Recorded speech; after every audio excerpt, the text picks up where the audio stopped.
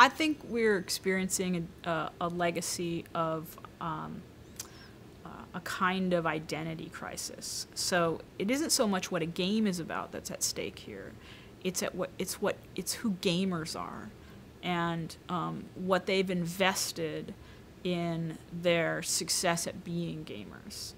So a person who is a hardcore gamer needs games to be a certain way in order to maintain their sense of self. If I'm a hardcore gamer and you put out a game that is all about flowers and peace and clouds, where does my identity sit in relation to that?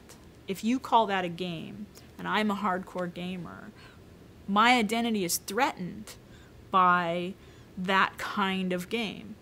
And I think that's why you see such sort of vitriol on the internet from people whose identities are so invested in the way games are. And I always want to say to them, hey, don't worry. Those games will always be there. We're just trying to make other games so the rest of us can, find our identities in them, right? Because ultimately that's what media does, is it reflects who we are as individuals, it reflects who we are as cultures. It is a way of both preserving and understanding our current situations, our past situations. And if we're only using the medium to talk about one or two types of subject matter, then we aren't using it to its fullest potential, right? And I think that those folks, those sort of trolls who get on and are really offended and deeply, deeply upset by things that they call not games. This is not a game, right?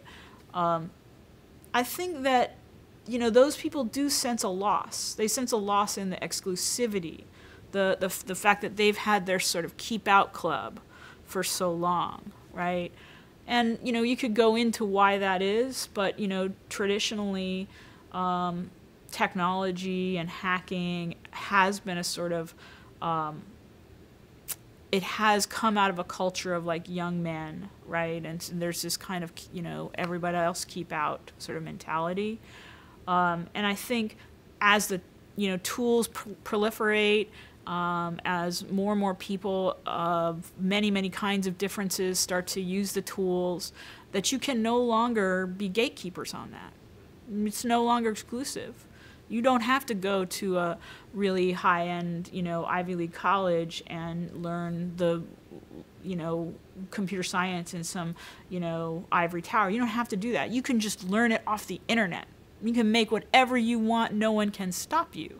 And so there's a challenge of this kind of, this kind of gatekeeping that's been going on. And I find it fascinating because to me it brings gaming back to its roots. Its roots are really more universal and craft-oriented.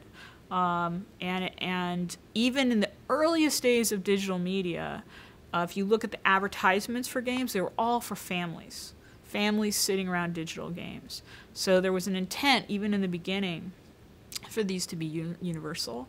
And then it sort of narrowed, very quickly. Narrowed until we've forgotten that everybody plays games.